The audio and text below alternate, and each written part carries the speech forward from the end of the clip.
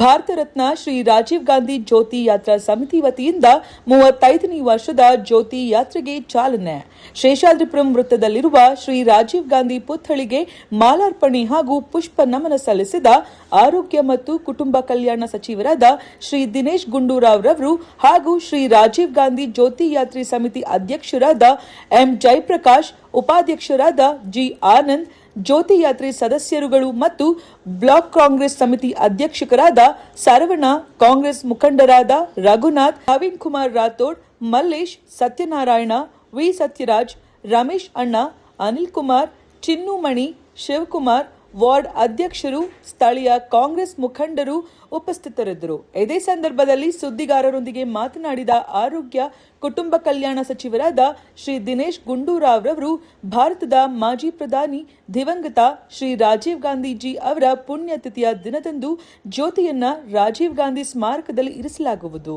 ರಾಷ್ಟ್ರೀಯ ಏಕೀಕರಣ, ಕೋಮು ಸೌಹಾರ್ದತೆ, ಶಾಂತಿ ಮತ್ತು ಜಾತ್ಯತೀತತೆ, ನಾವು ವಿಶ್ವ ಶಾಂತಿಗಾಗಿ ಪ್ರಾರ್ಥಿಸುತ್ತೇವೆ. ನಮ್ಮ ಕ್ಷೇತ್ರದಿಂದ ಏನು ಮೇ 21ನೇ ತಾರೀಕು ನಾಳೆ ರಾಜೀವ್ ಗಾಂಧಿ ಅವರ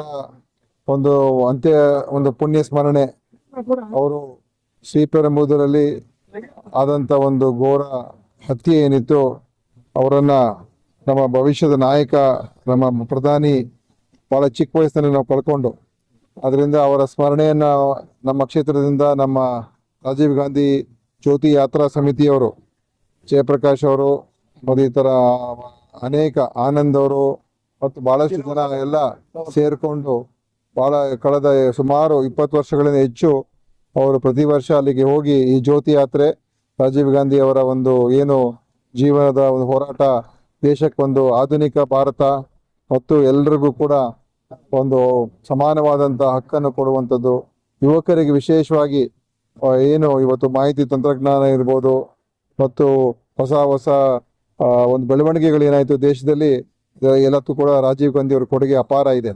ಅದನ್ನ ಸ್ಮರಣೆ ಮಾಡುವಂತ ಕೆಲಸ, ಅವರ ಒಂದು ಅಗಲಿಕೆಯನ್ನ ನೆನಪು ಮಾಡ್ಕೊಳ್ಳುವಂಥದ್ದು ಮತ್ತು ಇಲ್ಲಿಂದ ಇವತ್ತು ಈ ಯಾತ್ರೆ ಜ್ಯೋತಿಯನ್ನ ಎತ್ಕೊಂಡು ಹೋಗ್ತಾರೆ.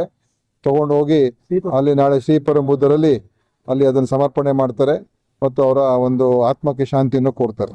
ಸರ್, ಇದೊಂದು ಈ ರಾಷ್ಟ್ರವನ್ನ ನಿರ್ಮಾಣ ಮಾಡಿರ್ತಕ್ಕಂಥಲ್ಲಿ ಪ್ರಮುಖರಾಗಿರ್ತಕ್ಕಂಥ ದಿವಂಗತ ರಾಜೀವ್ ಗಾಂಧಿ, ಭಾರತ ರತ್ನ ರಾಜೀವ್ ಗಾಂಧಿ ಅವರನ್ನ ಸ್ಮರಣೆ ಮಾಡ್ಕೊಳ್ತಕ್ಕಂಥದ್ದು ಮತ್ತು ಈ ದೇಶಕ್ಕಾಗಿ ತ್ಯಾಗ ಬಲಿದಾನ ಆಗಿರ್ತಕ್ಕಂಥ ಅವರ ತತ್ವ ಸಿದ್ಧಾಂತ ಮತ್ತು ದೇಶಕ್ಕೆ ಅವ್ರು ಕೊಟ್ಟಿರ್ತಕ್ಕಂಥ ವಿಶೇಷವಾಗಿರ್ತಕ್ಕಂಥ ಕೊಡುಗೆ ಏನಿದೆ ಅದನ್ನ ಸ್ಮರಿಸೋದ್ರ ಒಂದು ಸಲುವಾಗಿ ಗಾಂಧಿನಗರ ಕ್ಷೇತ್ರದಲ್ಲಿ ವಿಶೇಷವಾಗಿ ಪ್ರತಿ ವರ್ಷದಂತೆ ಈ ವರ್ಷವೂ ಕೂಡ ಏನೋ ಒಂದು ರಾಜೀವ್ ಗಾಂಧಿ ಜ್ಯೋತಿ ಯಾತ್ರೆಗೆ ಚಾಲನೆ ಕೊಡ್ತಕ್ಕಂಥ ಕೆಲಸಕ್ಕೆ ನಮ್ಮೆಲ್ಲರ ನೆಚ್ಚಿನ ಧೀಮಂತ ನಾಯಕರು, ಕರ್ನಾಟಕ ರಾಜ್ಯದ ಆರೋಗ್ಯ ಮತ್ತು ಕುಟುಂಬ ಕಲ್ಯಾಣದ ಸಚಿವರು ಮತ್ತು ಜನಪ್ರಿಯ ನಾಯಕರಾಗಿರ್ತಕ್ಕಂಥ ಸನ್ಮಾನ್ಯ ದಿನೇಶ್ ಗುಂಡೂರಾವ್ ಸಾಹೇಬ್ರವರು ಈ ಒಂದು ಕಾರ್ಯಕ್ರಮಕ್ಕೆ ಚಾಲನೆ ನೀಡೋದ್ರ ಮುಖಾಂತರ ಪ್ರೋತ್ಸಾಹ ನೀಡಿ ಕಾಂಗ್ರೆಸ್ ಪಕ್ಷದ ಒಂದು ಏಳಿಗೆಗೆ ಮತ್ತು ಅತ್ಯಂತ ಪ್ರಮುಖವಾಗಿರ್ತಕ್ಕಂಥ ಕಾಂಗ್ರೆಸ್ ಪಕ್ಷದ ತತ್ವ ಸಿದ್ಧಾಂತ ಮತ್ತು ರಾಜೀವ್ ಗಾಂಧಿ ಅವರ ತ್ಯಾಗ ಮನೋಭಾವದ ಒಂದು ಪ್ರತೀಕವಾಗಿ ಪ್ರತಿ ಬಾರಿ ಅಂತ ಈ ಬಾರಿ ಕೂಡ ಸಹಕಾರ ನೀಡಿದ್ದಾರೆ. ಅವರಿಗೆ ನಮ್ಮ ಗಾಂಧಿನಗರ ವಿಧಾನಸಭಾ ಕ್ಷೇತ್ರದ ಎಲ್ಲ ಕಾಂಗ್ರೆಸ್ ಕಾರ್ಯಕರ್ತರು, ಪದಾಧಿಕಾರಿಗಳು ಮತ್ತು ನಾಯಕರುಗಳ ಪರವಾಗಿ ಅವರಿಗೆ ಕೃತಜ್ಞತೆ ಹೇಳಲಿಕ್ಕೆ ಬಯಸ್ತೀವಿ. ಇಲ್ಲ, ಬಹಳ ಸಂತೋಷ ಆಗುತ್ತೆ. ಕರ್ನಾಟಕ ರಾಜ್ಯದಲ್ಲಿ 1952ರಿಂದ ಇಲ್ಲಿಯವರೆಗೂ ಕೂಡ ಅನೇಕ ಸರ್ಕಾರಗಳು ಬಂದಿರಬಹುದು. ಪ್ರಮುಖವಾಗಿ ಹೆಚ್ಚಿಗೆ ಆಡಳಿತ ನಡೆಸಿರ್ತಕ್ಕಂಥದ್ದು ಕಾಂಗ್ರೆಸ್ ಪಕ್ಷ. ಇವತ್ತು ಕಾಂಗ್ರೆಸ್ ಪಕ್ಷ ಒಂದೇ ಜನತೆ ಕೊಟ್ಟಿರ್ತಕ್ಕಂತಹ ಏನು ಆಶ್ವಾಸನೆಗಳಿದಾವೆ, ಚುನಾವಣೆ ಪೂರ್ವದಲ್ಲಿ ಏನು ಭರವಸೆಗಳು ಕೊಡ್ತಾರೆ, ಆ ಭರವಸೆಗಳನ್ನ ಈಡೇರಿಸ್ತಕ್ಕಂಥ ದಕ್ಷತೆ, ಸಾಮರ್ಥ್ಯ ಮತ್ತು ಆ ಪ್ರಬುದ್ಧತೆ ಇರತಕ್ಕಂಥದ್ದು ಕೇವಲ ಕಾಂಗ್ರೆಸ್ ಪಕ್ಷಕ್ಕೆ ಮಾತ್ರ, ಕಾಂಗ್ರೆಸ್ ನಾಯಕರಿಗೆ ಮಾತ್ರ ಸಾಧ್ಯ ಆಗ್ತದೆ. ಅದು ಮತ್ತೊಮ್ಮೆ ಸನ್ಮಾನ್ಯ ಸಿದ್ದರಾಮಯ್ಯಜಿಯವರ ಹಾಗೂ ಡಿ ಕೆ ಶಿವಕುಮಾರ್ ಜಿರವರ ನಮ್ಮ ಅನೇಕ ಪ್ರಮುಖ ನಾಯಕರ ಒಂದು ನಾಯಕತ್ವದಲ್ಲಿ 3 ವರ್ಷ ಕರ್ನಾಟಕ ರಾಜ್ಯದಲ್ಲಿ ಕಾಂಗ್ರೆಸ್ ಸರ್ಕಾರ ಯಶಸ್ವಿಯಾಗಿದೆ. ನುಡಿದಂತೆ ನಡೀತಕ್ಕಂಥ ಯಾವ್ದಾದ್ರು ಸರ್ಕಾರ ಇದ್ರೆ ಅದು ಕಾಂಗ್ರೆಸ್ ಸರ್ಕಾರ. ಕರ್ನಾಟಕ ರಾಜ್ಯದಲ್ಲಿ ನಾವೇನು 5 ಗ್ಯಾರಂಟಿಗಳನ್ನ ಕೊಟ್ಟಿದ್ದೀವಿ, 5 ಗ್ಯಾರಂಟಿಗಳನ್ನ ಸಮರ್ಪಕವಾಗಿ ಎಲ್ಲವನ್ನ ಜಾರಿಗೆ ತಂದು ಮತ್ತು ಎಲ್ರಿಗೂ ಅದು ಸಿಗುವಂತ ರೀತಿಯಲ್ಲಿ ನ್ಯಾಯಯುತವಾಗಿ, ಯಾವುದೇ ಭ್ರಷ್ಟಾಚಾರ ಇಲ್ಲದೆ ಜನತೆಗೆ ಕಡೆ ವ್ಯಕ್ತಿಗೆ ಎಲ್ಲ ಸೌಲಭ್ಯಗಳು ಸಿಗಬೇಕಂತಕ್ಕಂಥ ದೃಷ್ಟಿಯಲ್ಲಿ ಇವತ್ತು ಸಫಲರಾಗಿದ್ದೀವಿ.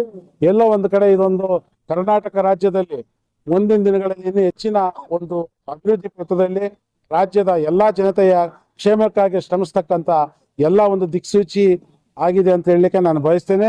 ಮುಂದೆ 2 ವರ್ಷ ಕೂಡ ಈ ರಾಜ್ಯದಲ್ಲಿ ಅನೇಕ ಅಭಿವೃದ್ಧಿ ಕಾರ್ಯಕ್ರಮಗಳನ್ನು, ಉಳಿದಿರ್ತಕ್ಕಂಥ ಅಭಿವೃದ್ಧಿ ಕಾರ್ಯಕ್ರಮಗಳನ್ನು ಕೂಡ ನೀಡೋದ್ರ ಮುಖಾಂತರ ಕರ್ನಾಟಕ ರಾಜ್ಯದಲ್ಲಿ ಕಾಂಗ್ರೆಸ್ ಪಕ್ಷ ಮಾತ್ರ ಈ ರಾಜ್ಯದ ಕ್ಷೇಮಾಭಿವೃದ್ಧಿಗೆ, ಸರ್ವತೋಮುಖ ಅಭಿವೃದ್ಧಿಗೆ ಸ್ಪಂದಿಸ್ತಕ್ಕಂಥ ಪಕ್ಷ ಅಂತಕ್ಕಂಥದ್ದನ್ನ ಮತ್ತೊಮ್ಮೆ ಸಾಬೀತು ಮಾಡ್ತೇವೆ. ನಾವು 2028ರಲ್ಲೂ ಕೂಡ ಕಾಂಗ್ರೆಸ್ ನೇತೃತ್ವದ ಸರ್ಕಾರ ಬರ್ತಕ್ಕಂಥದ್ದು 100ಕ್ಕೆ 100ರಷ್ಟು ಅಚಲ ಅಂತಕ್ಕಂಥ ಮಾತನ್ನ ಈ ಸಂದರ್ಭದಲ್ಲಿ ಹೇಳಿಕ್ಕೆ ಬಯಸ್ತೇನೆ.